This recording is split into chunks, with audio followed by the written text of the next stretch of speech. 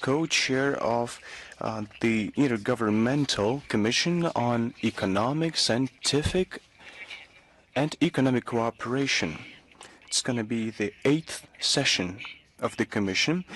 The ministers will consider the current state and prospects of the progressive development of bilateral relations. They will also discuss relevant issues of global and regional agendas of mutual interests with emphasis on the Middle East, Northern Africa and Sahara-Sahel region.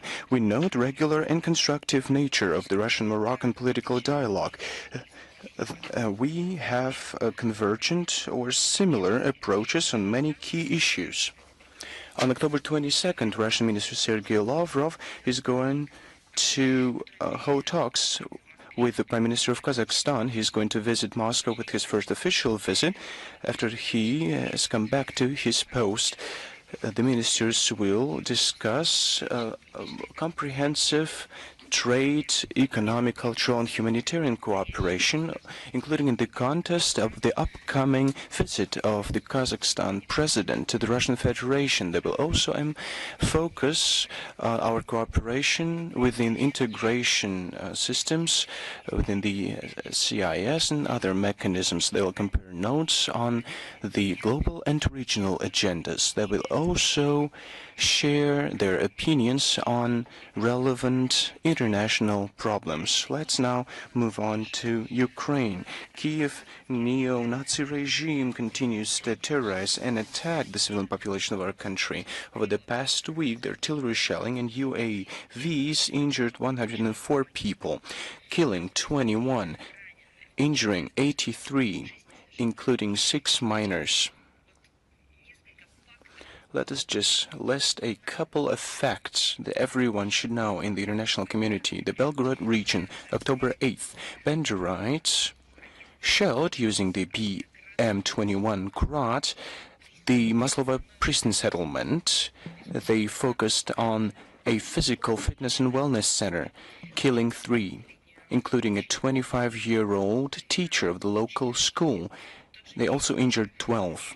And on the same day, the settlement of Moshona, Ukro-Nazis injured 3 people, including a child. October 9th, the Novotavoljhanka settlements and the Blanka-Surkova road, an 8-year-old girl was injured. A truck driver was injured. October 10th, the Graivoron settlement, a UAV injured a married couple. October 10th to 11th, FPV drones attacked Atradne and Maximovka, the Yasnozori-Bochkovka road, injuring 4 civilians. October 12th, UAVs attacked a commercial object on the Rokitno-Belgorod road, injuring 4 people.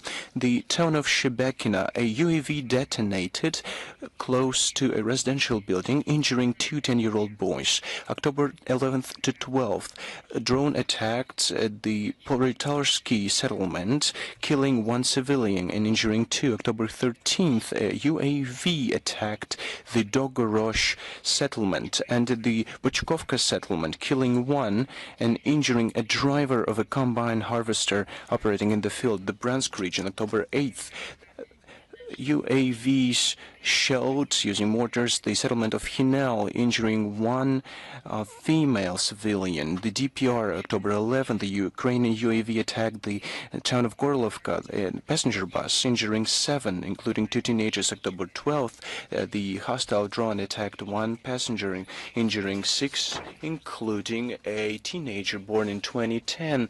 They also damaged civilian infrastructure, including kindergarten, residential, and administrative buildings. October 13th, the settlements of Lozovoy and Gorlovka. A UAV dropped a munition, injuring 2 and killing 1. The Kursk region, October 11th, a Ukrainian drone attacked a civilian car on the Rizk-Durovo road, injuring a married couple. On the same day, the settlement of Burikovka and the settlement of Nizhny Makovo, UAVs attacked a truck and a moving motorcycle, killing 2 men. October 11th to 12th. This year, the Belovsky district, UAVs injured 4 civilians, including a 15-year-old boy. October 12th this year, on the Komutovka-Kapinovka road, and a part of the road between Lomakino and Akimovka, UAVs attacked two passenger cars, killing one 40-year-old woman and injuring a 70-year-old woman and 51-year-old man. Settlement of Giri.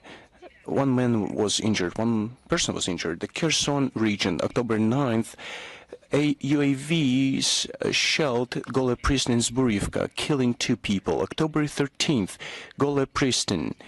The enemy attacked a 49-year-old woman. The settlement of Bakhteri. A mine was dropped, severely injuring a 51-year-old woman. The settlement of Novaya Mayachka. A UAV attacked a grocery store, injuring two people. October 14th. UAVs attacked Novozburivka, killing an 80-year-old woman. Close to the settlement of Chernyanka, FPV Ron injured a truck driver. The FU still controls territories of the region. There are cases of looting that have become more frequent. Militants have stolen property from private households and set the houses on fire to cover their tracks. The Kherson residents are at the real risk of physical violence from neo-Nazi occupiers. They will be punished for their crimes. Russian courts continue to render sentences to Ukrainian neo-Nazis for their crimes in the Kursk region against civilians and Russian servicemen. Lengthy sentences were given to captives, namely Oleg Artyuk, 26-year-old, in prison, Alexander Mokrenko, 17 years in prison, Vitaly Viletsky, Yaroslav Shurov, 16 years in prison, Taras Milan, Vladimir Yaroshenko, Dmitry Semenchuk, Bogdan Bodak, Artem Kovalchuk, 15 years in prison, respectively. Alexander Babich, 14.5 years in prison.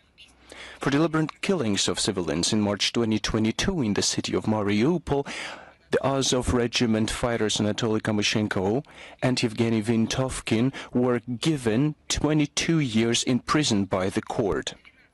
12 years in prison were given to mercenary from Armenia, Armen Belan, that was detained in October 2024. To 14 and 16 years old in prison in absentia, respectively, were given to legionnaires from Great Britain and Argentina, William Page and Sebastian Caceres. They were both declared internationally wanted. The Kiev regime does not conceal its preparation for new terrorist acts against Russia to escalate the conflict. October 8th, Zelensky released a video address said that he has approved plans of some special operations against of the security service of Ukraine against our country. They were prepared, taking into account a potential delivery to the AFU of American missiles, long-range missiles, Tomahawk.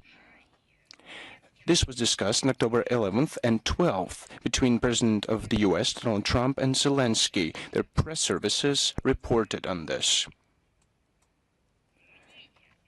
A detailed opinion of our country was outlined in the Kommersant newspaper by Russian Foreign Minister Sergei Lavrov. This interview is going to be published shortly. I think that today, in the afternoon, you will see the first part of the interview, and tomorrow the full version will be available. This interview will feature approaches towards the escalation of the conflict on the part of Zelensky and everyone who's behind him, and the delivery and supplies of the relevant weaponry. Let me note that comprehensive responses to the answers in this context will be available shortly. I can reiterate that the attempts to use the threat of terror and to speak arrogantly to Russia from a position of strength is unacceptable for Russia.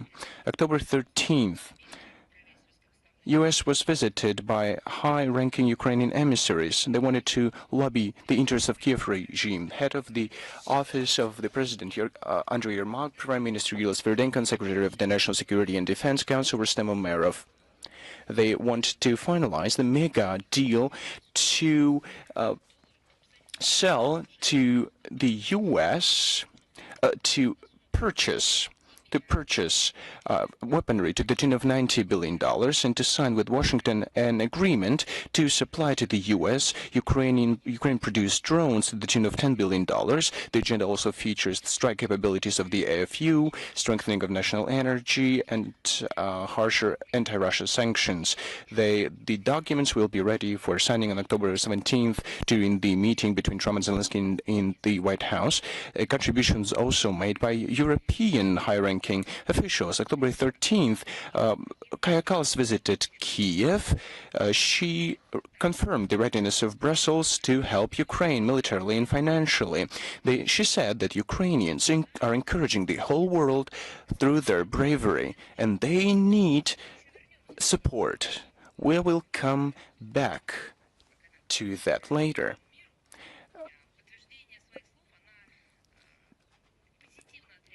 To substantiate her words, she positively responded to the journalist's question about the potential supplies of Tomahawk missiles. And I quote her. Kallas said that we welcome all tools that make Ukraine more powerful and weaken Russia. October 15th, today, NATO headquarters, co-chaired by 31st session of the Ukraine Defense Contact Group, the Ramstein Group, is taking place. This co-chaired by Great Britain and Germany. Minister of Defense Denis Shmyhal is going to present to its participants updated mobilization data in Ukraine and discuss questions of further support of AFU in terms of additional air defense systems and also the use of precision-guided weapons to strike inland of Russia inland. There is no political will towards peace in the West, and we see testaments of that. The Kiev regime does not have any will towards peace whatsoever. They are dragging out the conflict. They pursue their short-term interests. They try to not permit the collapse of their world order. They want to inflict maximum damage to our country, and they're not thinking about consequences for them as well. October 10th, one of the British newspapers said or assumed that ex-Prime Minister of Great Britain Boris Johnson that prohibited the Kiev regime in early April 2022 to continue the talks with Russia. So there are indications of direct material gain in the statements of Boris Johnson. According to this newspaper, the ex-Prime Minister could get £1 million from businessman Christopher Harborne. He's the largest auctioneer, stakeholder of the TQ defense company that supplies Ukraine with UAVs and robotics. Boris Johnson in September 2023 brought Christopher Harborne to Kiev using his private jet to visit a closed-door meeting in the Military and Technical Center.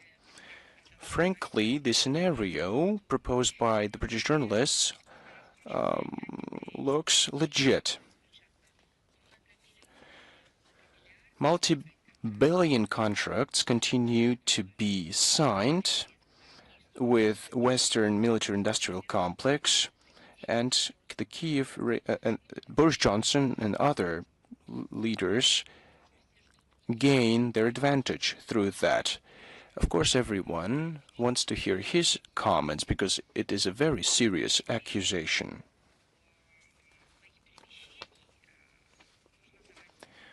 One should, of course, comment on one's own movements.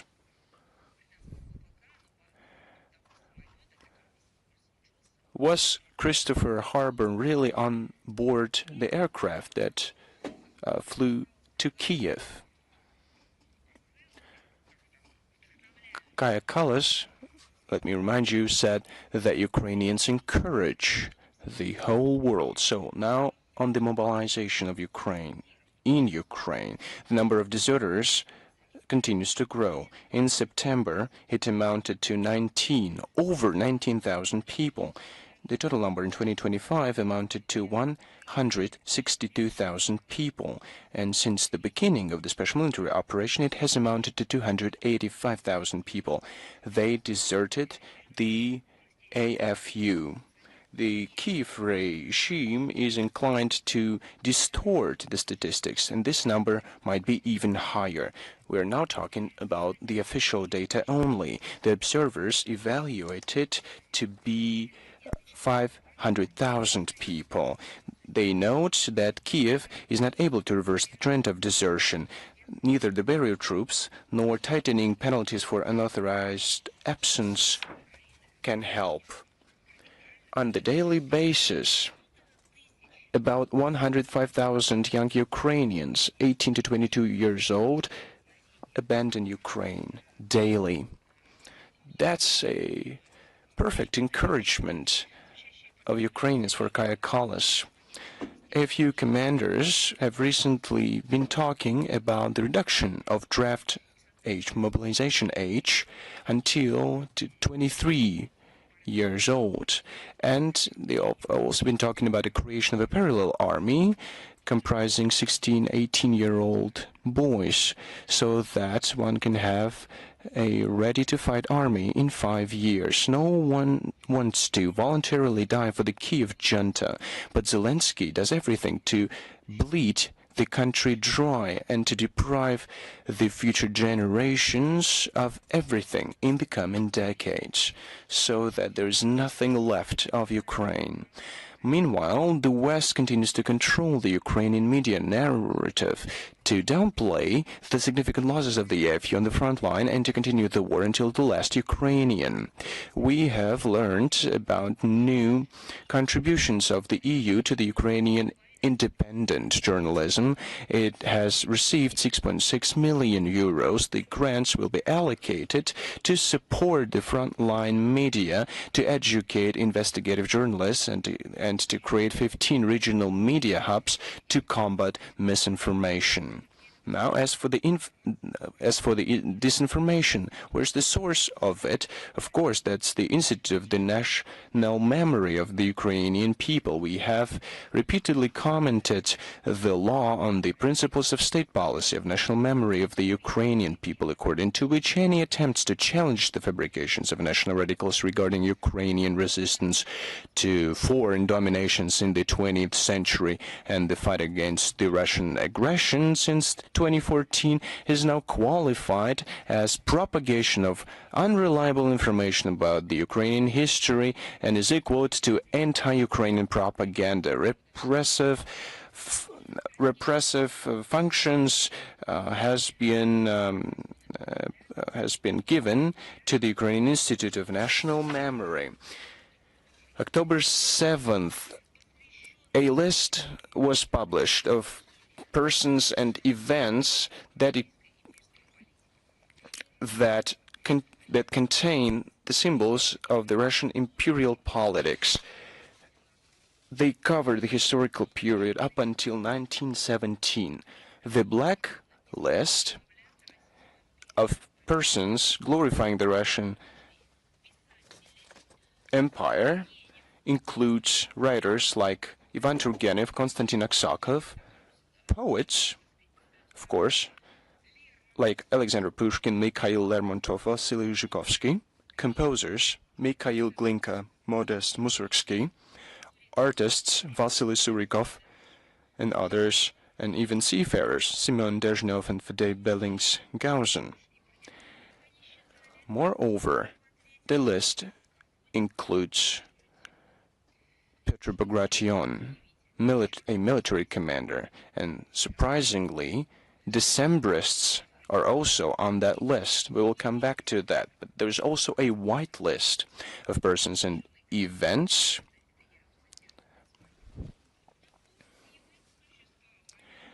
that are acceptable. They can exist in Ukraine. This list includes Nikolai Gogol, Maxim Leskov, Vladimir Korolenko, Anton Chekhov, Alexander Kuprin, artists Ilya Repin, Karl Brulov, Ivan Kramskoy, Ivan Ivazovsky, Anna and Decembrists as well. How can that be possible? You might ask. Well, there are good and bad Decembrists, as they think, in Ukraine. For example, Rylev is a good Decembrist, and the rest is bad. Apart from Rylev, everyone else has been blacklisted. The whitelist also includes founder of scientific pedagogy Konstantin Uchinski's, scientist Konstantin Tsiolkovsky, and others. I quote, they did not propagate the imperial policy and supported the ideas of freedom and humanism. According to this logic, Pushkin did not support these ideas. I'd like to specify here whether all the participants of this get-together titled the Ukrainian Institute of National Memory needs an appointment with a psychiatrist or not. Besides all of this mentioned above, the so-called experts from this institution even got to Ivan Sasanin. He bothered them.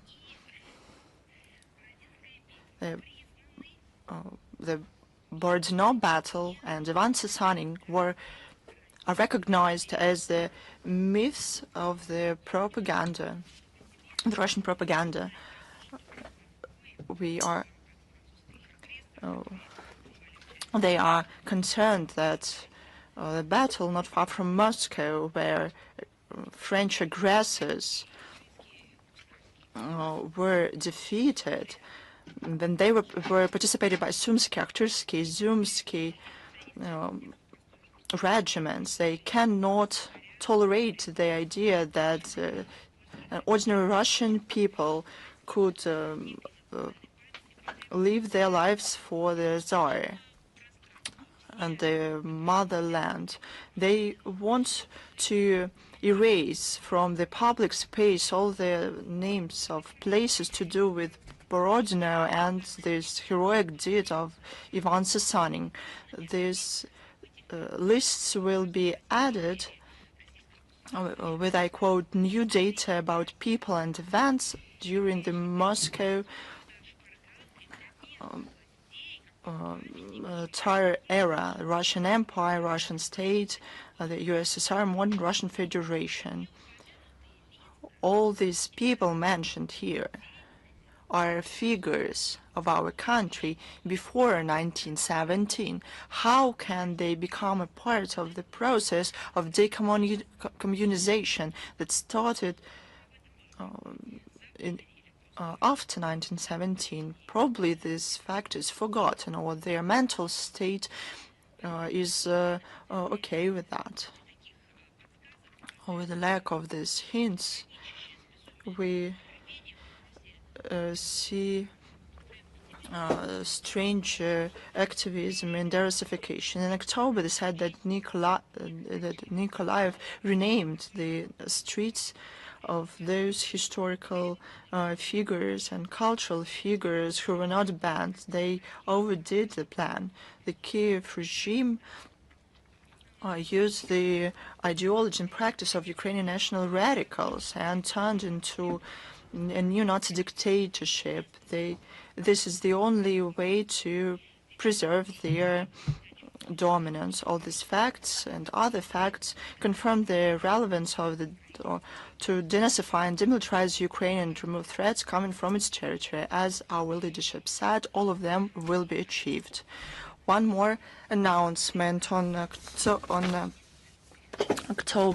17th, the press center of the Russian MFA will hold a briefing of Ambassador-at-Large Rodion Miroshnik, dedicated to the crimes of the Kiev regime against civilians for July-September. During this period, we see the growing number of strikes against civil infrastructure, a high number of casualties among civilians. During the briefing, new statistic data, testimonies will be presented. They are collected based of the data from victims and witnesses. They are solid evidence of the criminal nature of the Kiev regime. Now about the situation in Moldova. The current authorities in Chisinau, the Chisinau regime, continues pursuing anti-Russian policy destructive for the country. On October 11th, the President of the Republic, Maria Zakharova, accused Russia in, as she said, hybrid attack on Moldovan democracy. You see, the Romanian citizen understands better what's going on with democracy in Moldova. As per usual, no details or facts were given. They are only groundless slogans. At the same time, in Moldova itself does what the political scientists and experts openly call a hybrid attack on principles of freedom and democracy and abandons the sovereignty of the country. Officials in Chisinau continue to close down the information resources that are unwanted to the authority. On October 7th, the Service for Information Security of Moldova, without explanations and a ruling and a court decision, blocked the independent website Gagos News. It is known for publishing criticism and various opinions about the current regime. And from Sander's point of view, no pluralism of opinions is needed. Chisinau does not hide their aspiration to become a part of NATO security system. On October the 6th, Chisinau saw the beginning of the work of the consultative group within the intergovernmental agreement between Moldova and Germany, signed in May. Under the agreement, the German advisors in the 4 years will have to help implement projects to upgrade military sector of the Republic. The media publish information that on the territory of the Republic there is uncontrolled spread of firearms. There's inflow of Ukrainian soldiers deserted from Ukrainian army to Moldova, as well as mercenaries who leave the zone of hostilities in Ukraine. This does not mean more security and stability for people in Moldova. We are not talking about democracy and so on here. On October the 8th, the government of Moldova endorsed the new military strategy for 2025-2035. It directly enshrines that, I quote, the continuation of military aggression of the Russian Federation in Ukraine with possible expansion to the Republic of Moldova is the most serious security crisis in Europe over the last decades, and a possible expansion of territories. We could probably agree with the second part, but they should write who is to blame for that. And the expansion of territories occupied by Russia is a serious direct threat to security and statehood of the Republic of Moldova. The key elements of these documents were plans to increase defense expenditures to 1% of the GDP. However, the resources to implement such a policy are not available for Chisinau. The European Bank for Reconstruction and Development decreased the forecast of the GDP growth of Moldova this year from 1.8% to 1.5%. Over the first 6 months this year, the GDP in Moldova decreased to 0.1%, while Moldovan leadership rants about the European future. A third of the population lives in poverty. The economy of the country under the current leadership makes not progress and even goes down the drain, but people in Moldova understand that the so-called European integration project and convergence with NATO imposed to them strips the country from dignified future and turns their territory of impunity and poverty. According to the publications in the media, the Moldovan society sees the feeling of desperation and total mistrust to the authorities. This is a natural outcome of the current policy. Sergei Lavrov commented on the situation in the Middle East during the special session with the journalists from that region. We would also like to say that we note with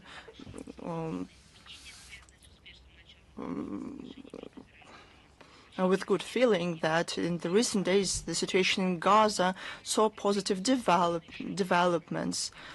The needed steps were taken. Sahel retreated their forces to the agreed lines. Hamas returned all living Israeli hostages. Almost 2,000 Palestinian prisoners were released. We hope that with the mediation of Egypt, Qatar, the US, Turkey, the agreements will be compliant with. In particular, it concerns the ensuring of unobstructed supplies of humanitarian aid, the creation of all the necessary conditions to return the displaced persons, the building of the civil infrastructure. Russia, since the very beginning of the crisis in Gaza, actively and consistently promoted the cessation of hostilities and the start of the political and diplomatic efforts to settle the crisis. We sponsored a number of resolutions. All of them were blocked, which made it impossible to work out a consolidated response of the Council. However, we are determined, together with partners, to contribute to the collective effort in the region aimed at long-lasting stabilization of the situation in the zone of the Palestinian and Israeli conflict and in the Middle East in general. The natural outcome of this process, in our opinion, is the comprehensive solution of the Palestinian problem on the well-known international legal framework. We're sure that the two-state solution endorsed by the relevant resolutions of the Security Council General Assembly will be able to bring long-lasting and sustainable peace to all the peoples in the Middle East. I would like to also draw attention to the fact that in the upcoming publication of the Sergei Lavrov's interview to a commerçant, there's special attention given to the situation in the Middle East. We received a lot of questions about development in Madagascar and the actions that our citizens can take to ensure their security. We are concerned about the development in Madagascar, and according to the information we have, the power were taken by the military. The 2010 constitution was suspended. All the state bodies were dismissed besides the National Assembly that voted for impeachment to the president of the country. They declare the plans to create in the nearest future a committee from the security bloc representatives. It will have a mandate of an executive body for the 2-year transition period. We believe that the return to the democratic path of development will be implemented in the shortest time possible.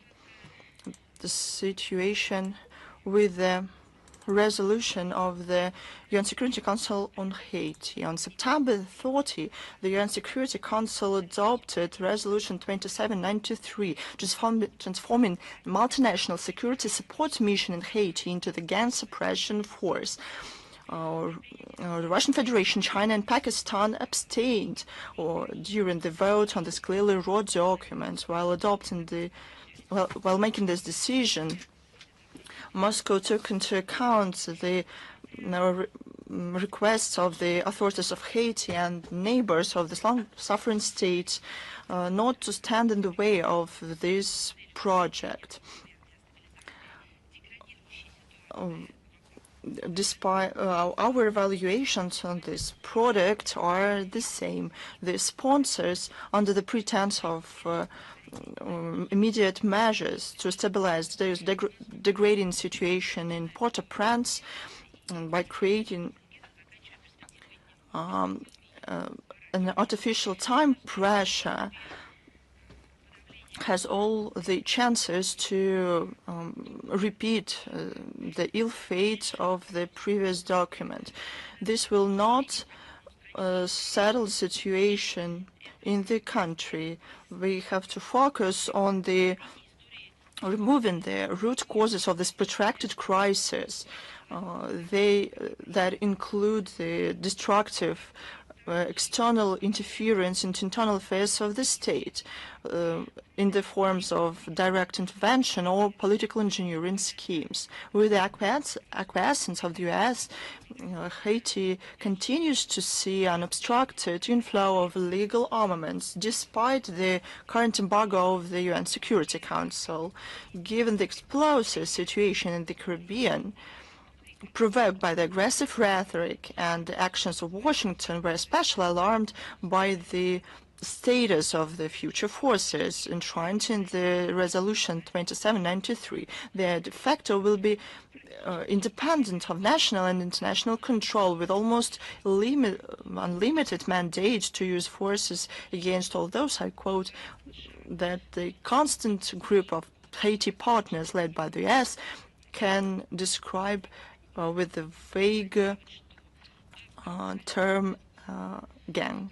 Unfortunately, no one can guarantee that sponsors of this resolution won't come up with a creative way to link their military activity to fight drug cartels with station in Haiti. Serious concern is the hints from the US about the link between the proverbial Venezuelan drug cartels and gangs in Haiti. There are no facts here, and we see that it as a test in the waters, so that in future they attempt to use that as a pretense to interfere into the affairs of the sovereign state under the mandate of the UN Security Council. We cannot let this happen. Now about the situation with the tanker Eagle S. It was linked in the media with the problems in the Gulf of Finland in December 2024. In the media on October the 3rd, the District Court of Helsinki handled the case of 3 crew members of the Eagle S tanker. The court ruled that it has no jurisdiction to consider the case. The prosecution already appealed this decision. The proceedings given this are likely to continue. However, all the hearings that already took place, that were widely covered in the press, already showed that no Russian participation or trace or whatever they say that the West tried to find there are not actually there. The vessel in question is registered on the Cook Islands and belongs to the company from the UAE. The Russians are not among the crew. All the anti-Russian hysteria started back then around the Eagle S is yet another information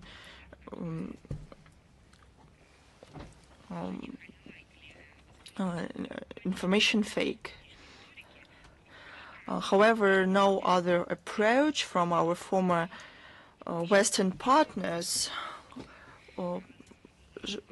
shouldn't be expected. We also received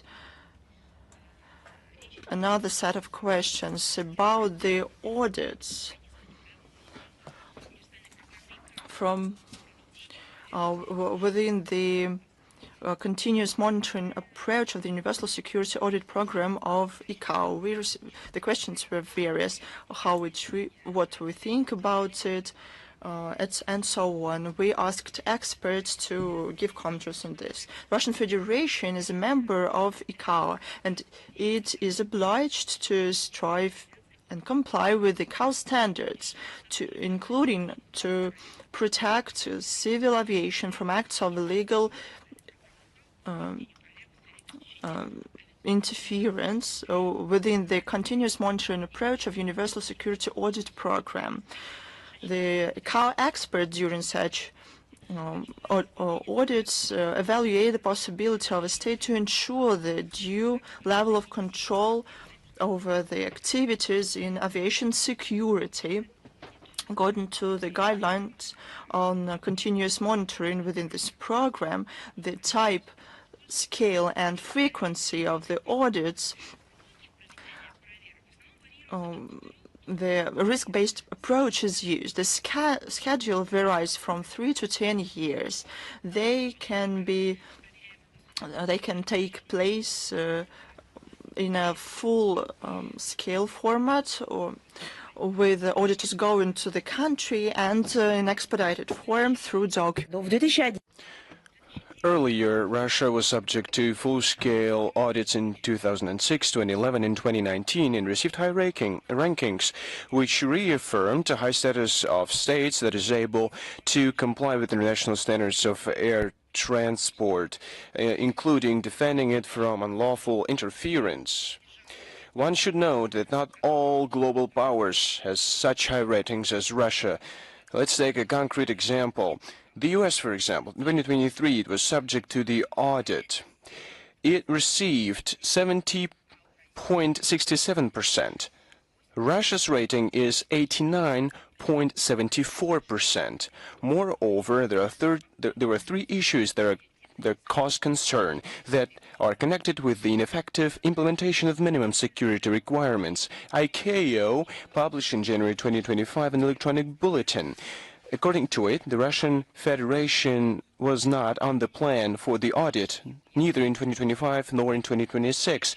In late June 2025, in accordance with the new bulletin, Russia was included into the audit plan for 2026. At the same time, states were excluded from the list that were subject to audit in 2018-2019 and received lower ratings than the Russian Federation. As for the European states, for 2026, these are the Netherlands, Croatia, Slovenia, Denmark, and Portugal. They already were subject to the audit in 2017-2019, but only in the documented format. One should note that all European Union states are being audited only documentarily. On-site audits are only planned in Russia, Belarus, and Tajikistan. The plan contains states that were audited from 2016 to 2019, with the exclusion of Iran, El Salvador, and Tuvalu that had never been audited. The inclusion of the Russian Federation to the plan of audits for 2026 and the non-inclusion of the states with lower ratings raises justified concerns. In 2022, when the special military operation started, the Russian Federation faced politicization from ICAO with regard to norms and principles of international air law. Everything was dictated by the collective West in a biased manner. The political bias of ICAO decisions with regard to Russia is clearly seen when it comes to ensuring flight safety. It creates significant risks for making similar decisions for air safety following the audits within the ICAO Universal Security Audit Program continuous monitoring approach. Following the 42nd session of the ICAO Assembly that took place in Montreal in September and October, we see the key role of the pro-Western camp that undermines the trust towards ICAO. It politicizes the agenda, going even farther from the specialized technical UN agency and from the effective regulation processes needed for the sustained and coordinated development of the international civil aviation. The inclusion of the Russian Federation into the list of the audit demonstrates the unfounded politicized decisions within the ICAO. We do not exclude the possibility that foreign auditors can get access to the aviation complex of the Russian Federation and that can later be used to get information to the detriment to the security of our state. We are celebrating 140 years of the establishment of the diplomatic relations between Russia and Argentina. We will publish materials to this regard. October 20th to 22nd will see the 17th Assembly of the Russian World. It will bring together Russian studies experts, teachers of the Russian language, philologists, interpreters and translators, writers, journalists, public figures, diplomats, and representatives of the diaspora abroad, of course, the clergy. Delegates from 106 countries will take place in the forum. Traditionally, representatives of the Russian Federation, high-ranking officials take part in this forum. Chairman of the Supervisory Board of the Russian Foundation, Elena Polskaya, will open the assembly. The plenary session is devoted to the fundamental contribution of the Russian world to international development, past, present, and future. It will be hosted by Rector of the Moscow State Institute of International Relations, Mr. Torkunov. The Foundation Russian World systematically implements educational, enlightenment, cultural, and humanitarian projects, supports public and non-profit organizations, professional associations, scientific associations, media, national associations of Russian studies experts, whose activities focus on promoting the Russian language and culture. The Foundation has created and supported the network of Russian centers and classrooms abroad where the Russian language is taught. The goal of the assembly is the exchange of opinions on relevant issues of preserving the standing of the Russian language abroad as a key means to promote unbiased, versatile information about Russia, its accomplishments and heritage, as well as about needs and possibilities on this track.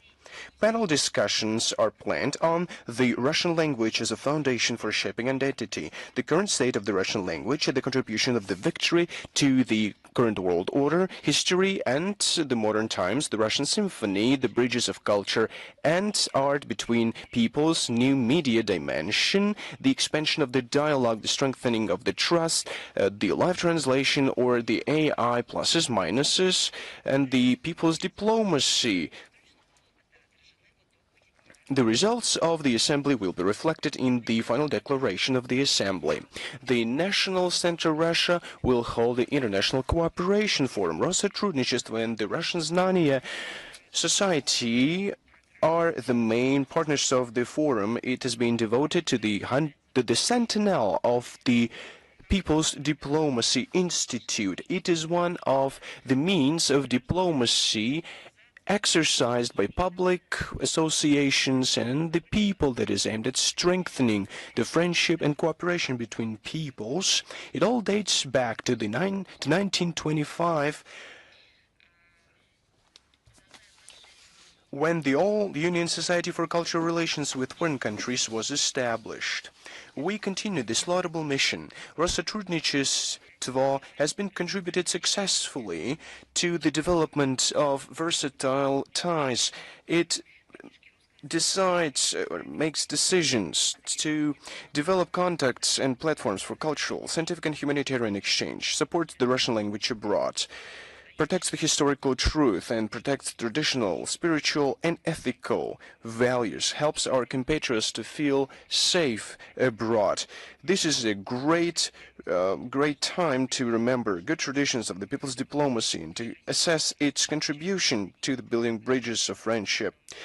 We expect to see more than 2,000 Russian foreign participants, including foreign leaders of public opinion, prominent cultural and artistic figures, renowned scientists, representatives of the creative community, and leaders of international organizations and state figures and diplomats from more than 60 countries of Europe, Asia, Africa, and Latin America. The forum will feature cooperation in culture and science, the protection of true sovereignty, and the fight against neocolonialism, neo-Nazism, and the victory in the Great Patriotic War. They will also discuss overcoming issues such as hunger, illiteracy, lawlessness, etc. The scale of the forum demonstrates that despite the sanctions pressure and the attempts to discredit our country continues to attract those who share our values of good neighborly relations, cooperation, and mutual respect. We invite Russian and foreign journalists to cover this event. All the links and the form for accreditation will be available in the transcript text of the briefing. In late October, the Council of Young Diplomats of the Russian Ministry of Foreign Affairs will hold the 8th Global Forum of Young Diplomats. It will be held with the help of the Diplomatic Academy at Россотрудничество. It has been held since 2017, has been established itself as a unique discussion platform that should contribute to strengthening the network of contacts between current young diplomats and at increasing bilateral and multilateral cooperation based on trust and respect. We expect over 130 delegates from 60 countries of Asia, Africa, Europe, and Latin America. The speakers will include the leadership of the Ministry of Foreign Affairs of Russia, public and political figures, and renowned experts in international relations. The program and the agenda will be rich.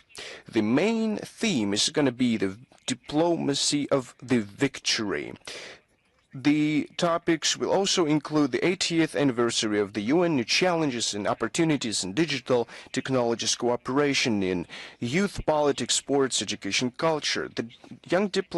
The delegates of the Youth Diplomatic Gathering will take part in the International Cooperation Forum on the centenary of People's Diplomacy. On the last day of the Global Forum, the official ceremony for the admission of new members to the International Association of Young Diplomats will take place. We will publish all of the necessary information in the transcript text of today's briefing. October 27th to 29th, Caracas will hold the Russia-Venezuela Business Forum, Strategic Partners. It will be organized with the support of Intergovernmental Russian-Venezuelan Commission of the High Level and the Vertex State Corporation. The event will unite the representatives of state structures of both countries and leading companies and enterprises interested in implementing joint projects. The key spheres of the Russian-Venezuelan cooperation is energy, machine building, IT, logistics, agriculture. The Russian delegation will present the Venezuelan sides with advanced technology and goods.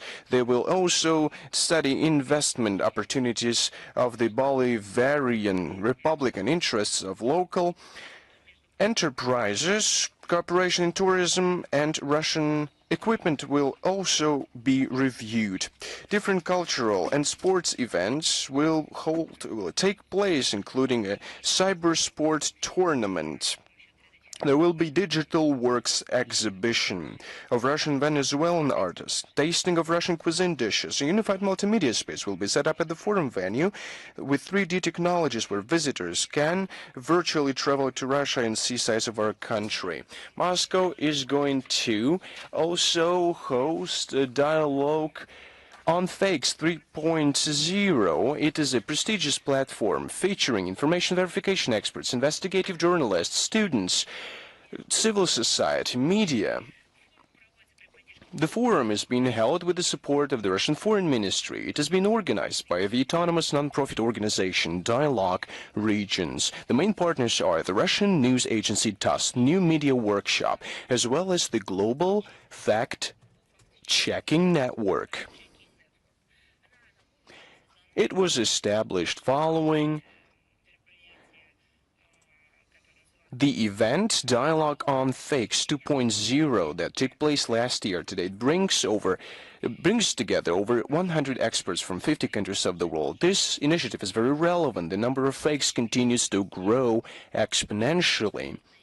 At the same time, Western media mainstream is actively using these fakes to carry out disinformation campaigns aimed at our country.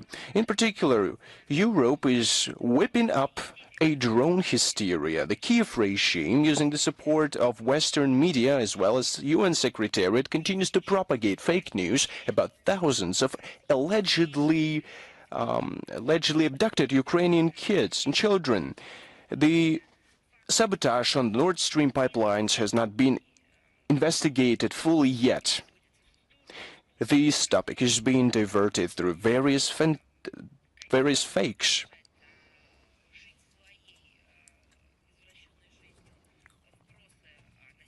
We see different fakes about Bucha as well, and different provocations that took place there. That's why this event is very needed, and this structure is very useful. This year, the event will bring together about 100 people from 80 countries that will discuss countering fake news at the international level. The agenda will discuss panel discussions, roundtables, educational sessions, and key challenges of today. Generative AI will be discussed, its impact on media and information space, the creation and combat against deepfakes, as well as fakes in education. The representatives of the Global Fact-Checking Network will present research about fakes that have been propagated in different countries in 2025. It has been internationally recognized. This forum, it has been put on the calendar of the Global Media and Information Literacy Week that this year takes place from October 24th to 31st. One can register and get accreditation on the website of the event. Live streams of the main events will be available online, and this link will be provided in the transcript text of this briefing and on other digital platforms of Russian Foreign Ministry. I'm ready to answer your question. Do we have the International Live magazine with us? Good afternoon, Madam Zakharova. How can you comment the statement, and rather the threat of French President Emmanuel Macron addressed to Russia that said that Russia will face serious repercussions and pay high price if it refuses to continue the talks on the Ukrainian crisis? Let me quote him, if you allow me. If Russia continues to persist in their belligerent intransigence and refusal to come to the negotiating table, it will have to pay a high price. That's what Emmanuel Macron said. It's another attempt, a very rude attempt to impose on Russia requirements of the Kiev regime and its European handlers. Such threats of Western politicians have been there for many years now, since Crimea was reunited with Russia. Those people who wanted to support the Minsk agreements inward included France. They said that they wanted a peace solution. They wanted to join this mechanism, but it turned out to be a fake. They didn't want to do that, in fact. So we've seen many pieces of evidence.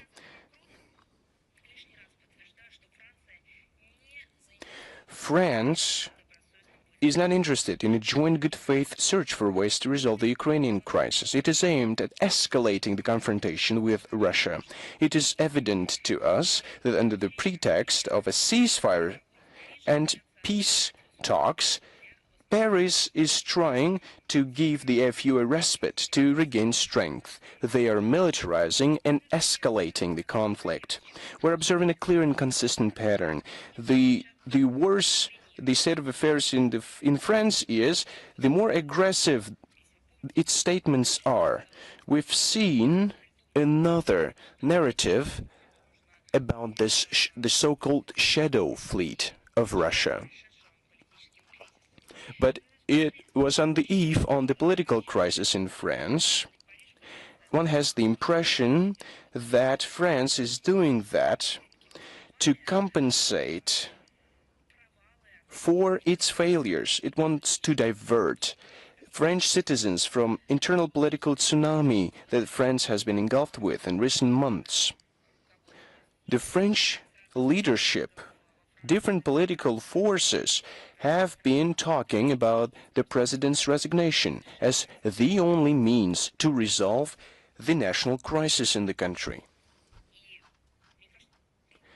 And it seems to me that each and every one of us can see the growing dissent of the population that sees the exacerbating economic problems of the country, and we see the reaction of the French government.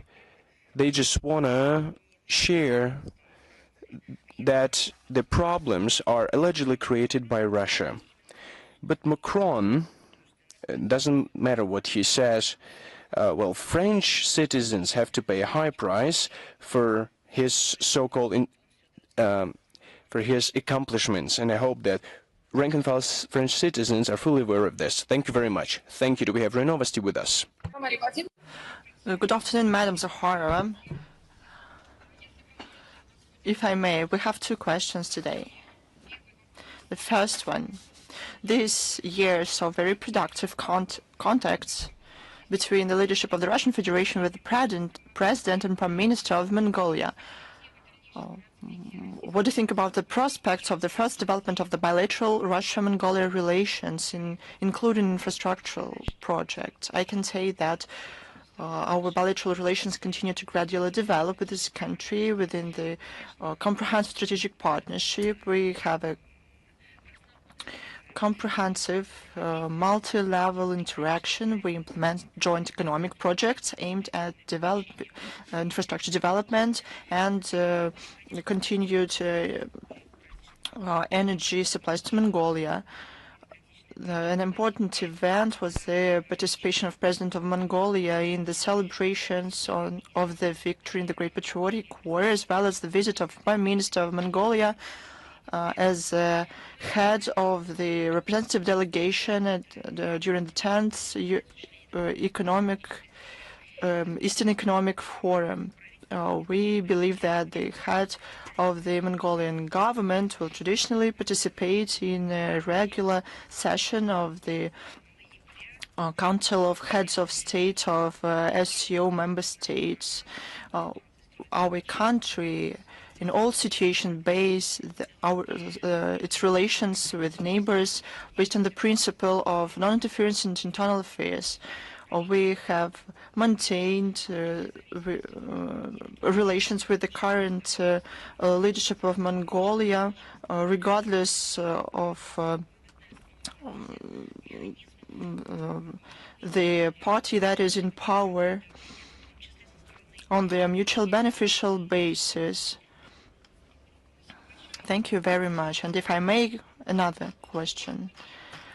Japan yet again raises a question about Russia's interference into internal policy of the country. Last time they talked about manipulation of elections to the upper chamber of the parliament. Now we're accused in undermining the program of African cooperation following the Tokyo International Conference on Africa Development that took place in August. What can you say about it? I can say that on July 24th, during our briefing, I gave commentaries on this. They are relevant. Tokyo should stop rubber-stamping Western Russophobe campaign and go back to their own national problems that are accumulating. Instead, we see, unfortunately, the ruling elites in Japan and media under their control abandoning sensible common sense and intellectual honesty, care about the interests of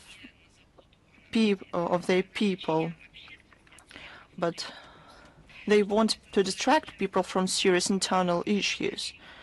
What is clear now,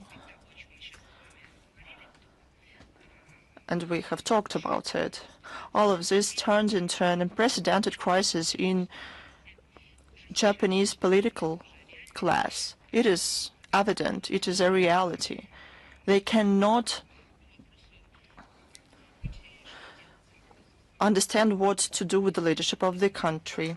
They'd better deal with their own issues, but I think it's a universal advice. Is Vestia with us?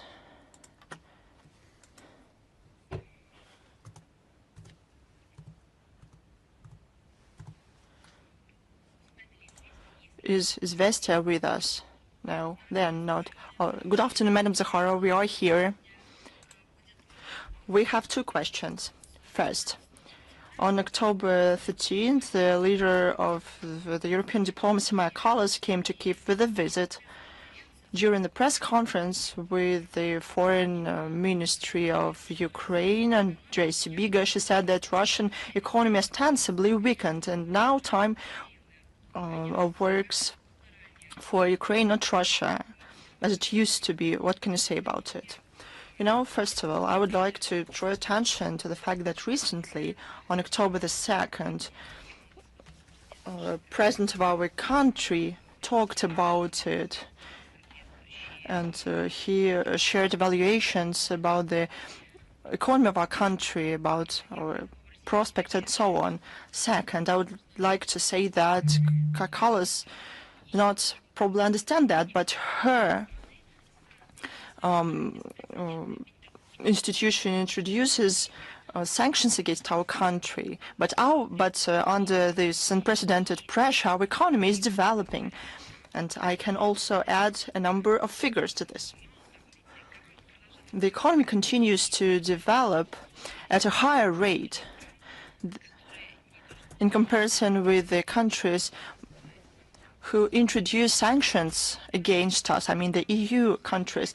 Over the last 2 years, the GDP growth in Russia was some 4%, and the state debt was lower than 20%.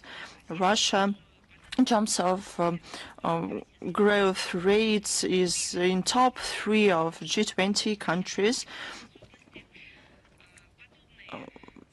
According to the World Bank, Russia is 4th in the world and 1st in Europe in terms of the GDP on the consumer parity.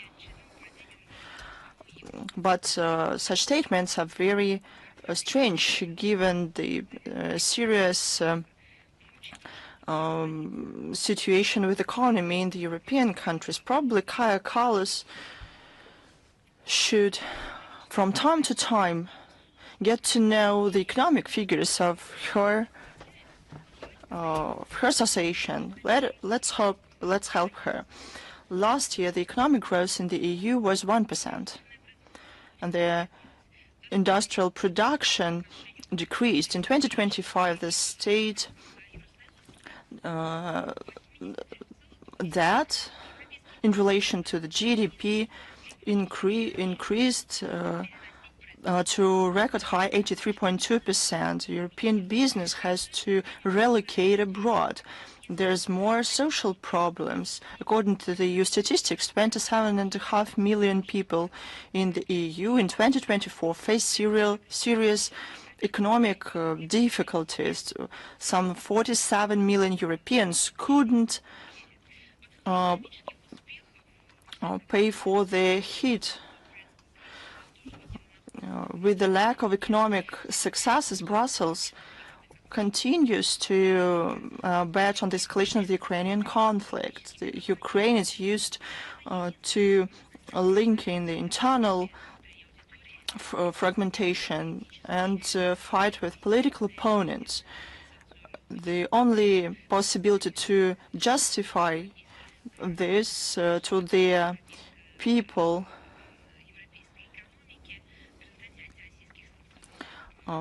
is this. Given the stagnation of the European economy following the anti-Russian sanction hysteria and failed social and economic policy, to ascribing systemic mistakes and miscalculations to an enemy, given total censorship, works for the EU. This helps people like Kaja Kallas to tour around the world and not to answer the questions of their own people regarding what happened to the EU. Thank you very much. We have one more question. What can you say about the last statement of the U.S. President Donald Trump about the ultimate end of the war in Gaza Strip and his statement that it is the end of the era of terror in the Middle East? You know, I'd rather to address you to the interview of Sergei Lavrov to the Kommersant newspaper. It is about to be published. It comments on these statements. If you feel it is not enough for you, given the developments, we'll share additional evaluations, but I think it will have a detailed assessment. Thank you very much. Thanks to you. The only thing I would like to say,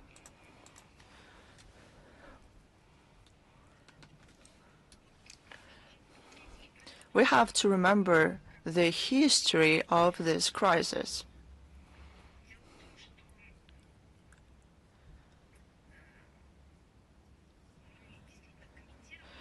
We commented on the efforts of President Trump on ceasefire in Gaza Strip. Of course, we support the plan of the American president. We understand that the successful compliance regarding the stabilization of the situation in Gaza have to open up the situation in the on the basis of a two-state solution. A lot of efforts will have to be put in this process, but it can happen only with all regional players working together. It is clear for us that the most protracted problem in the Middle East, this crisis, creates conditions for terrorist recruitment. The factors of this process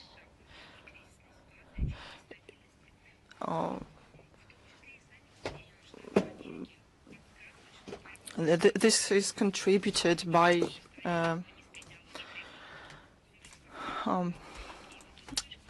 other problems in the region, and this requires a comprehensive approach. The effective fight with this universal evil can be done only by the joint efforts of the international community. We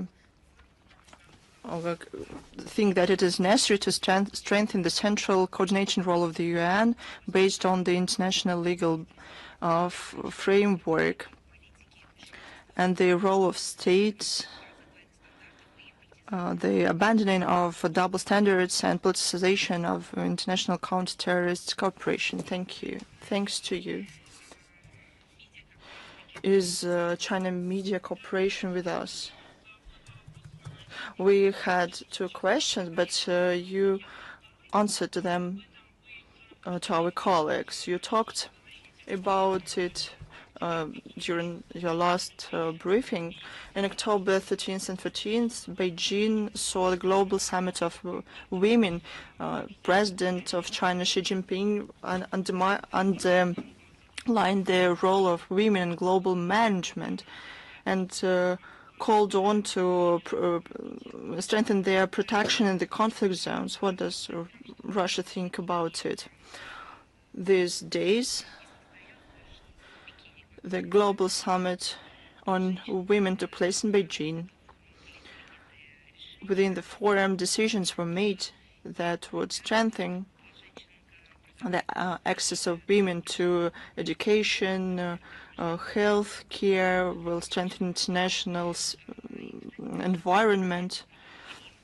This event also gave an impetus to bilateral dialogue between Russia and China, and the coordination of practical steps on this track in BRICS and SCO.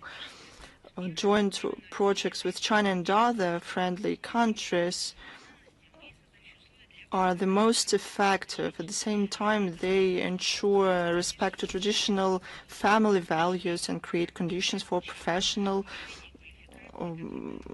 career for women. The approach is very easy in Russia. A woman shouldn't choose between family and career. The state helps to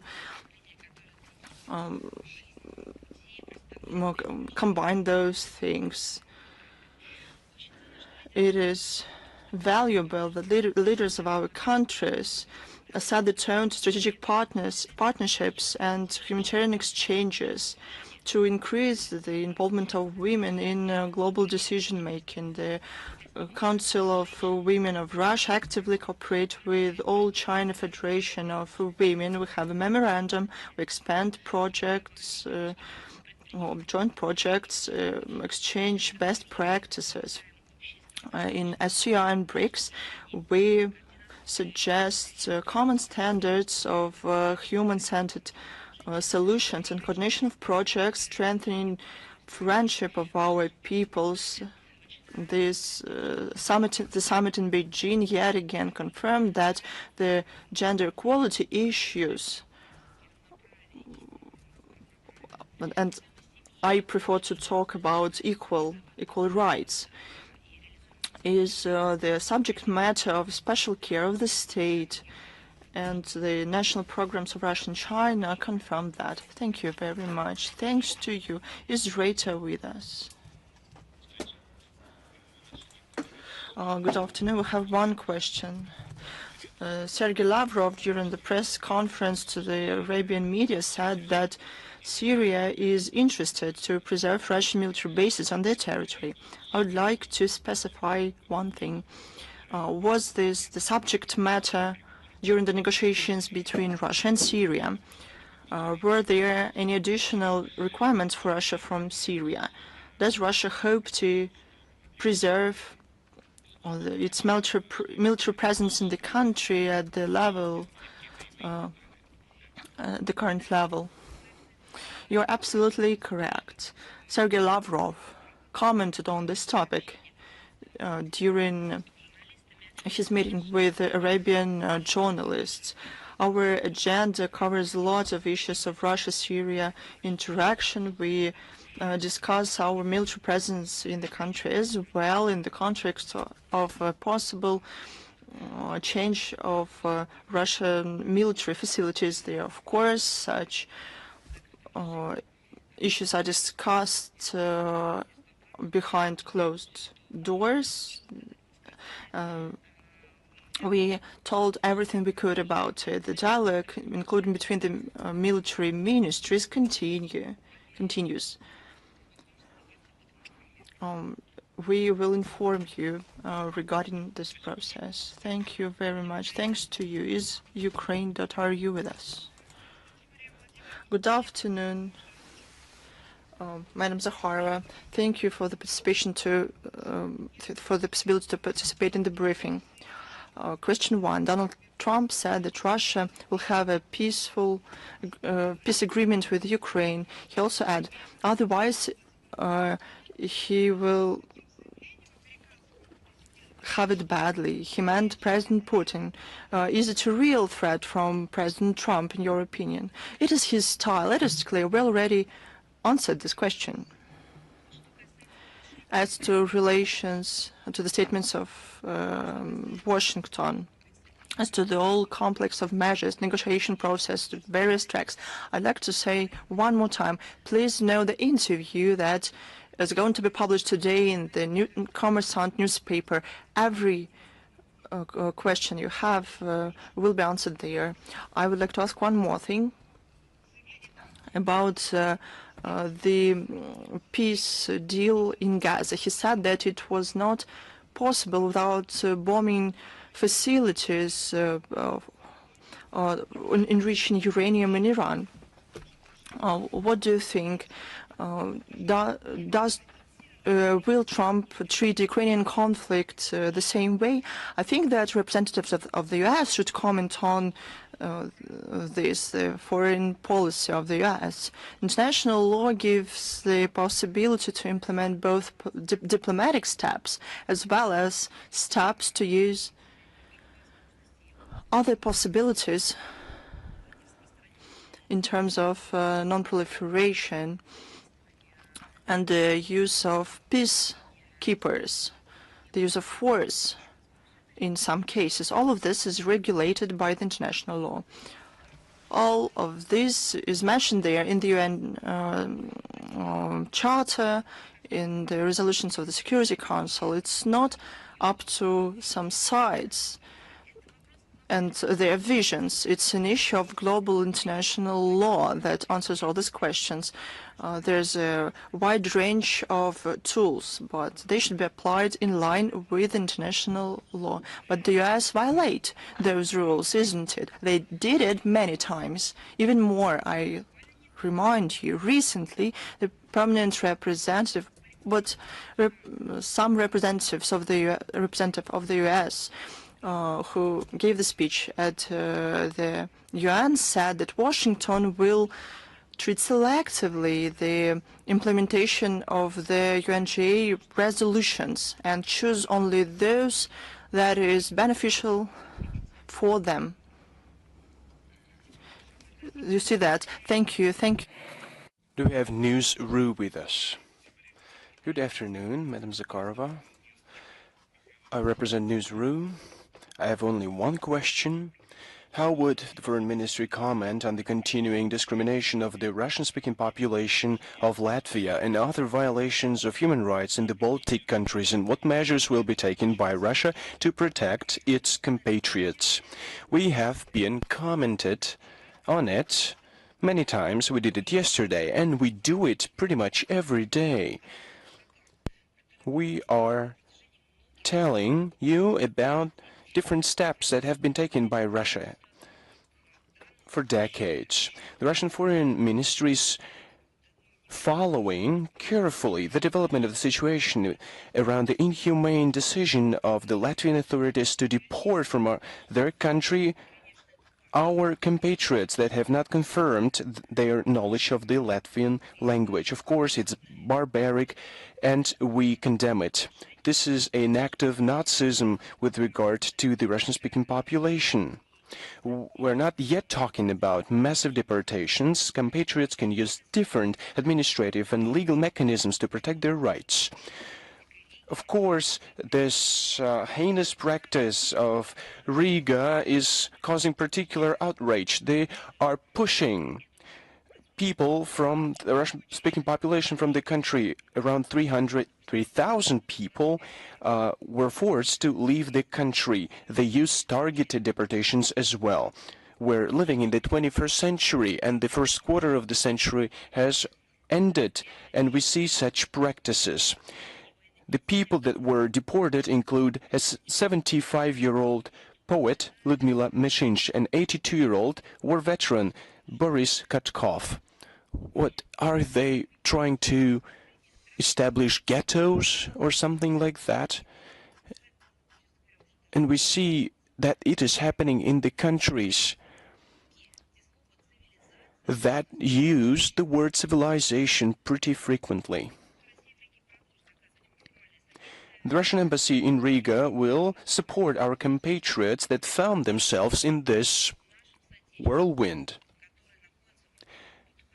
Our compatriots that are targeted by these Nazi acts will be supported, and we will welcome them in every nook and cranny of our country. We have demonstrated it in word and action. We will use every tool in our arsenal to attract and draw attention to this issue at international relevant platforms. We will, of course, show what this neo-Nazism of Latvian authorities is about. We have drawn attention drawn attention to massive violations of human rights in the Baltic countries, the persecution of our compatriots, crimes of the Latvian authorities, their efforts to demolish monuments and memorials dedicated to the Soviet army and the fighters that were liberated their country from Nazism during the Great Patriotic War, and we publish reports every year. All this is reflected in the joint report of Russia and Belarus on the situation with rights in certain countries. It is also reflected in the report on the situation with glorification of Nazism, propagation of neo-Nazism and other practices. These documents also contain recommendations of international, universal and regional mechanisms that focus on human rights. We talked about it about a year ago, on October 30th, 2024. We have submitted our request addressed to Latvia because it did not comply with the International Convention on Eradicating All Forms of Racial Discrimination of 1965. It is a frank and systemic discrimination of Russians. It is a glorification of Nazism. Of course, we will also turn to the International Court of the UN, the International Court of Justice. And we will talk to the international community, and we will expect their response. Do we have Xinhua Agency with us? Good afternoon, Madam Zakharova. I have the following question. In recent days, we have heard reports that on the border between Russia and Kazakhstan, there is a line of trucks that transport cargo from China. Can you comment on the situation? What's the reason behind this, and what measures are taken by the Russian side to solve the issues? Kazakhstan is a strategic partner and a key ally of our country in the Central Asia. We have the longest border, land border in the world. So one of the key areas for cooperation is the creation of the unified Eurasian transportation and logistics framework that will help to provide a secure and reliable transit of cargo. We focus on our transporter infrastructure, of course, modernizing and updating the border checkpoints. The Russian Foreign Ministry is carefully following any information on obstructions on the border. We have information that the lines are available on the stops on the territory of the Republic of Kazakhstan, and they do not cross the border because they wait for the instructions from the cargo shippers. Allegedly, the checks on the border have become more harsh, but all these events are organized in strict compliance with the regulations and are aimed at protecting the economic interests of the Russian Federation, life and health of our citizens, and the interests of the consumers. But I would assure you that there are no obstructions for free transit of the cargo. Our ambassador is also in contact with his colleagues. Do we have Lenta Ru with us? Good afternoon, Madam Zakharova.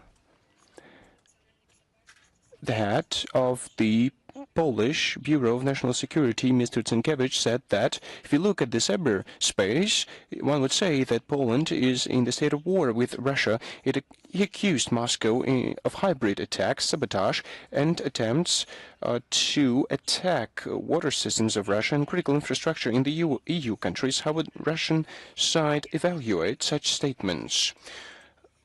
Well, one should not look at the cyberspace. One should look at how Warsaw is engaged in the confrontation in the hot phase. I'm talking about fueling the Kiev regime with lethal weapons. Non-lethal material means funds, what it is done for. Obviously not to provide security. It's done for a different reason. And we heard the explanation from the EU officials. It's done to inflict a strategic defeat upon Russia. This Mr. Tsenkevich, do you think he does not realize that? That he should only analyze the cyberspace. They are exploiting the information security to escalate the rhetoric. It has been done in the interview to Financial Times. He accused Russia in some hybrid operations. They're openly acting against our country. They understand that the weaponry and funds supplied to the Kiev regime are used to kill civilians and children in our country.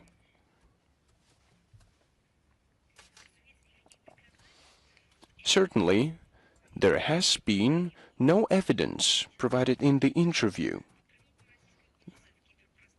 Under the pretext of the Russian threat in the cyberspace, selfless tasks are being solved. For example, to get grants, to get support. It is a very frequent mechanism in Europe.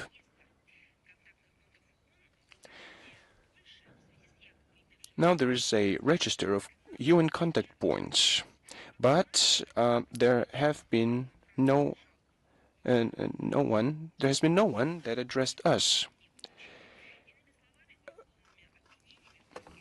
But we have not received any replies from Poland either. If we start talking substantially, they refuse to engage in the dialogue. As for aggressors in the information space, we should first and foremost talk about NATO. This alliance openly talks about the preventive operations, cyber operations. It's called flexible defense. It's not a secret that these measures are being tested during relevant exercises. And we're also talking about the support of Kiev hackers. Do we have both news? But you have already answered my question. Thank you very much. Do we have news front with us? Good afternoon, Madam Zakharova. I only have one question. Many experts and political analysts in Bulgaria say that they're concerned that NATO impacts the change of legislation that with regard to defense. Does that mean that the EU is preparing for a war? Or is it only a political question and just a way to earn money for the elites? Is that a threat for the security of the Eastern Europe? We have repeatedly said that the fact that a country joins the North Atlantic Treaty results in the fact that it will lose its sovereignty.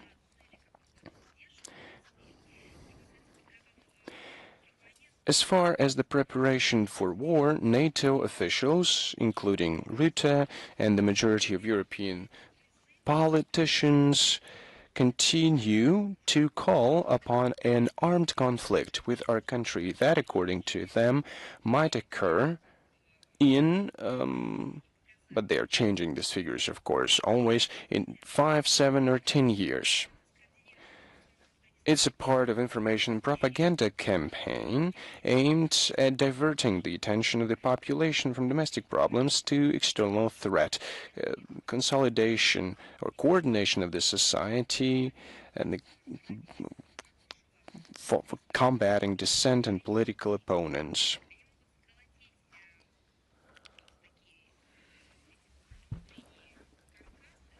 They can establish such internal frameworks only through creating an external enemy that would lead to nothing good. They have gathered such experience already.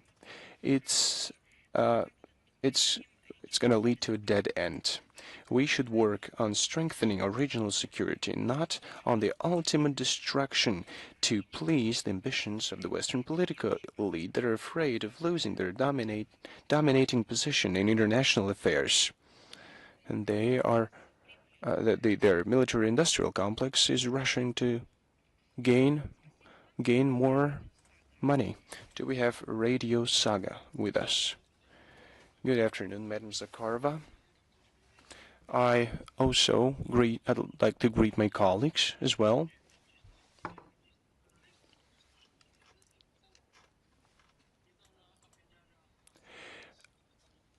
Danish officials accused Russia unfoundedly that Russia had sent drones to Copenhagen and the airport to disrupt the civil aviation of the kingdom.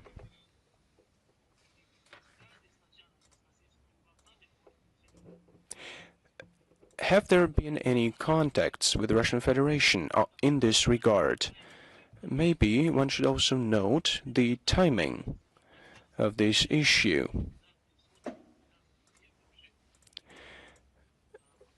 At that time, there was also information about sterilizing procedures of Inuit women. They did not consent to medical checkups, and hundreds, if not thousands, of Inuit women were sterilized. Can you comment on that? As for the timing, well, it might be the case. Let me elaborate on the drones. According to the information, the investigation by law enforcement bodies of Denmark on alleged flights of unrecognized UAV is continued, but there was no official request from the Danish authorities, and the leadership of Denmark openly recognized that Russia has placed no role in this incident, but it is actively used by Copenhagen and media that it controls to whip up the anti-Russian hysteria. It is done to divert attention of the population from domestic problems. Maybe these include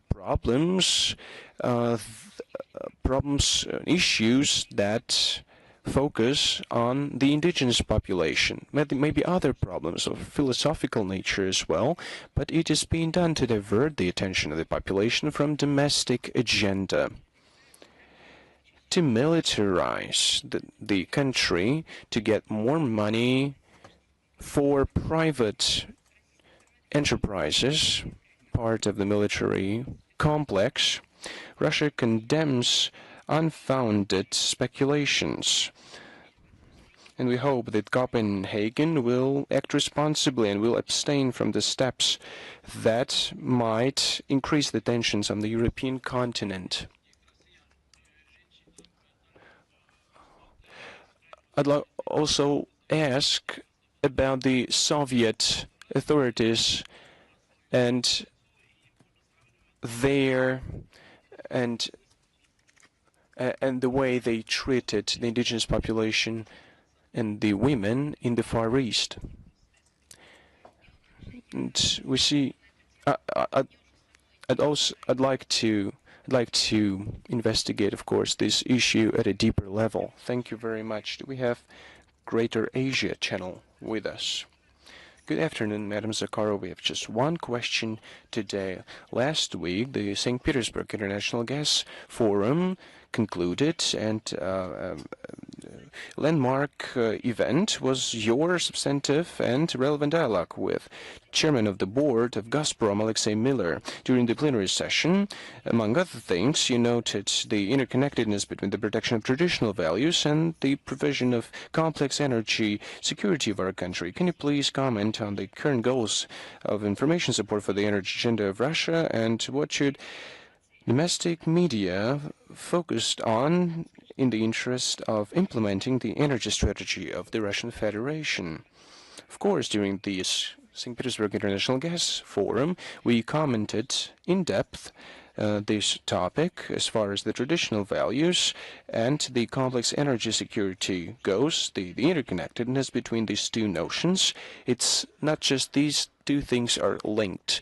It's that the united approach has been used towards both of these things.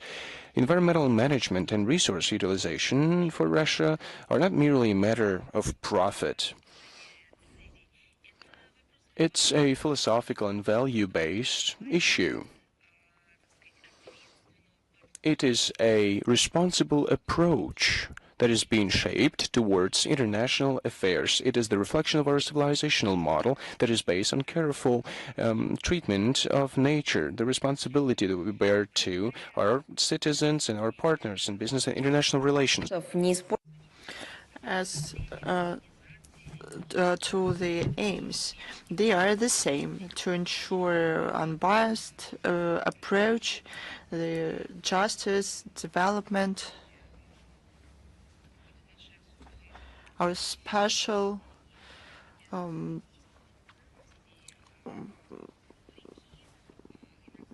sincerity despite the dominating approach that are imposed by the Westerners, who call on to directly or indirectly to new colonialism or neo-imperialism as to the aims of the information support. They're the same: to ensure unbiasedness, countering fake campaigns, debunking of ideas that Russia ostensibly uses the energy as a political weapon. We have always promoted sustainable and predictability in global energy markets, and a special role belongs to Russian media. They counter these attacks in the information space. They abandon politicized cliché and cover the situation based on facts. Other media can do that too. They cover professionally the situation. They raise questions that the West prefers not to raise, including the blow-ups of Nord Streams, abandonment of the EU of long-term energy contracts with Russia, the real price of mottos about green transition that lead not to sustainable development but to growing prices.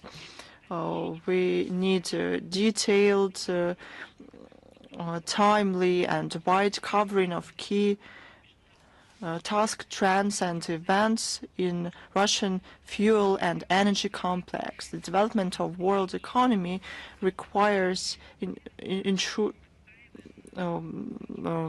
its energy sector. We promote the support of the global energy security for the interests of the peaceful development of states within or based on international law. We continue think that the key aims are to preserve sustainability of world energy markets. This contrasts with the model of behavior imposed by the collective West. The unilateral restriction imposed by them influenced some 40% of world's resource base of carbons. They targeted Iran, Venezuela, Russia, but also consumers, including in the growing markets of the Asia-Pacific region. We deem it unacceptable to introduce unilateral legitimate measures to put pressure on Russia, including in energy. The sanctions policy of the West has the aspiration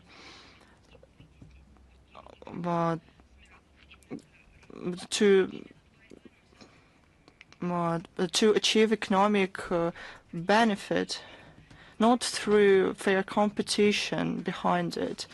The methods seriously harm global security, energy security, and facilitate volatility of prices. Russia is responsible participant of the world energy market. We strictly comply with our commitments. Sustainable supplies of our raw materials make it possible for friendly states to ensure the economic growth and achieve their social tasks, fight the energy poverty. A key place of the energy policy of our country belongs to the energy strategy of the Russian Federation for up to 2050. It was endorsed on April the 12th this year. This document outlines the aim of the development of the Russian fuel and energy complex. It is to achieve the new, more qualitative state of energy, including the accessible and stable supplies to the population and the economy of products and services of this industry. Both Russian and foreign media can focus on this. Today, on October 15th, in Moscow, the 8th International Forum Russian Energy Week started and will last until October the 7th. As President of Russia said, it has come to be one of the most significant international events to discuss relevant issues in energy and fuel industry. It is participated by Russian and foreign officials, leaders of major energy companies, experts, and researchers. The interesting projects are presented there. Scientists also participate in the event. They exchange opinions about trends and prospects of the development of the industry, reviews problems of energy transition, but they do it not in a politicized way, but based on facts. Also, new agreements are signed. Thank you. Is author E with us? Good afternoon, Madam Zakharova. We have one question today. Given the military parade in Pyongyang and demonstration of new types of armaments in North Korea, how does military and technical cooperation between Russia and North Korea developing? Can the Russian MFA confirm the information about the plans of supplies of BMD-4Ms and the training of paratrooper units in North Korea? An important component, not even important, but a comprehensive component based on documents on the Treaty on Comprehensive Strategic Partnership between Russia and North Korea. It was signed on June 19th, 2024. It does not contradict international commitment of our state, of our country. Is Golos Atechester with us? Good afternoon, colleagues, Madam Zakharova. As usual, we have two questions. The first one.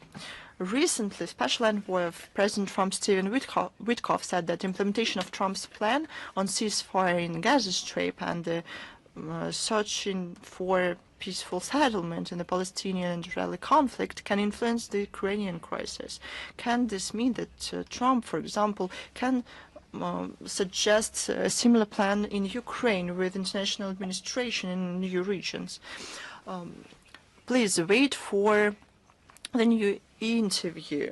You'll read the evaluations of Sergei Lavrov regarding the efforts to settle various conflicts.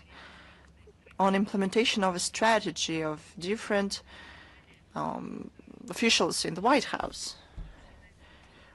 You will see the answer to this question too there.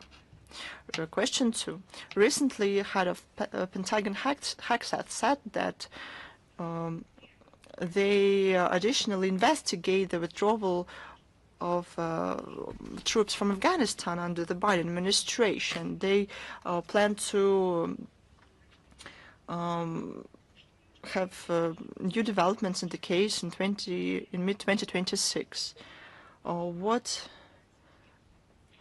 But Russia plans to develop cooperation with the Taliban in Afghanistan. What can happen if the authorities in the U.S. declare that there were violations? I don't really understand the question. How can I would like to say certain and clear things as to the Russia-Afghanistan relations. We already mentioned. We acknowledged the Islamic Emirate of Afghanistan in July this year and want to develop mutually beneficial relations with Kabul. This fully reflects the aspirations of our peoples and the interests of strengthening of regional security. I don't know what the U.S. report is going to state and how it can influence, but we build our own relations on the basis of international law. The contents of the report is up to Washington. You'd better ask them. Is Tavria with us? Good afternoon, Madam Zakharova. Good afternoon. We have a question about the Time of Heroes program. Does the Russia's MFA participate in this program? Do diplomats and experts from the ministry give lectures? We, as an agency and as employees in our personal capacity, pay a lot of attention to supporting veterans of the special military operation. We do it on the basis of our work. We pursue the diplomatic aims here, and we care about it deeply on the personal level too. Traditionally, Sergei Lavrov meet with the participants of this program in May 2024 between the first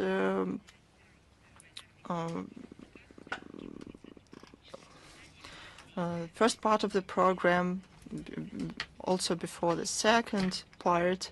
The MGIMO University implements a special program for the veterans of the special military operation. The Защитники Отечества Foundation also joined this program. It is curated by Anna Tsivilova. Over the 2 years, the project trained more than 30 people. For now, ministry employs a number of veterans of the special military operation. They work very well. Thank you. And another question. It's about the international agenda. It's about the Nobel Prize. There's a lot of talks about it. There's a feeling that they want to use the word as a bargaining chip. Do you think? This year it is seen especially vividly. You're mistaken. It is clear not only this year. If you analyze the results, everything will be clear to you. It happens not only this year. Before that, many countries talked about the biasness of their words. I cannot agree with you here. Unfortunately, there is a component of politics here, and it has always existed. We saw it many decades ago. We see examples in modern times. The history distorts, and the true value, true intention behind the word is distorted here.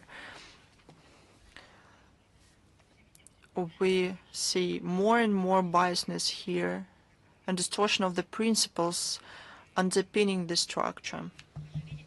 You can see how the noble peace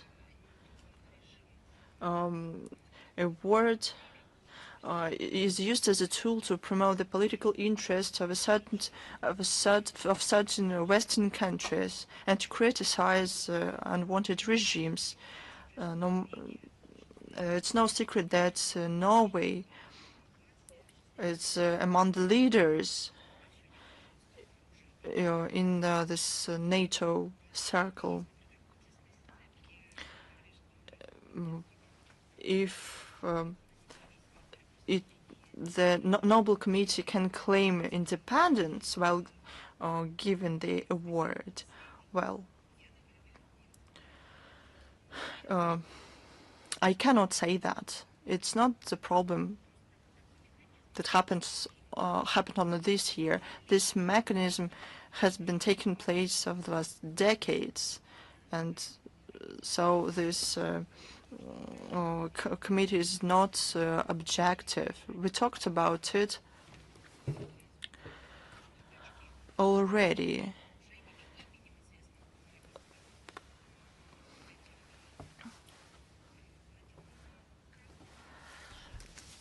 It is difficult to say what is going to happen. We can state only the things we can see now. According to the Nobel's will, the criteria that he enumerated transformed, and sometimes they were completely distorted. Thank you very much. Thanks to you. Is the embassy live with us? Good afternoon, Madam Zakharova. Good afternoon, colleagues.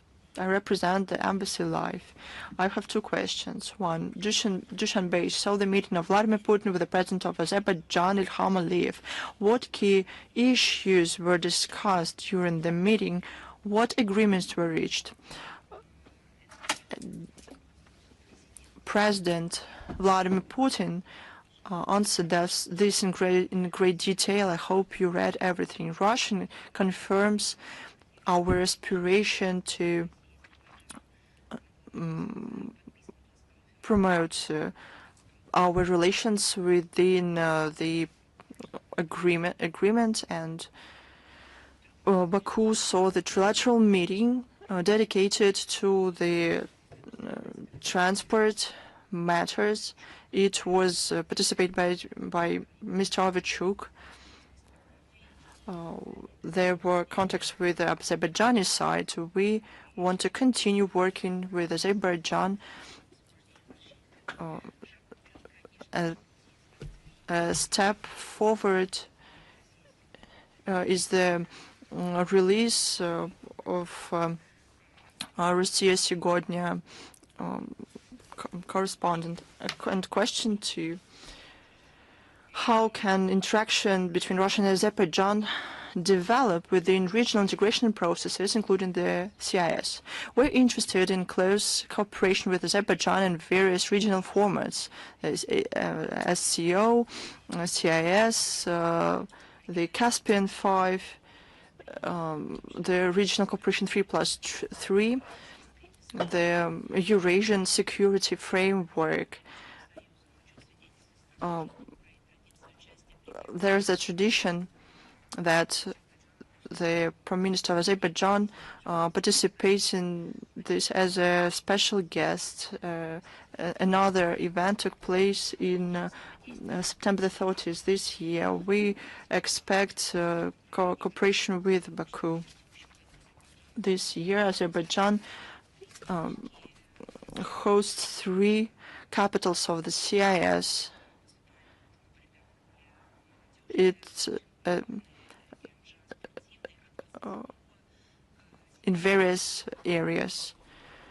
And in September 28th through October the 8th, the third CIS Games took place. More than 1,500 athletes participated in them. We commented on this already. We welcome Baku joining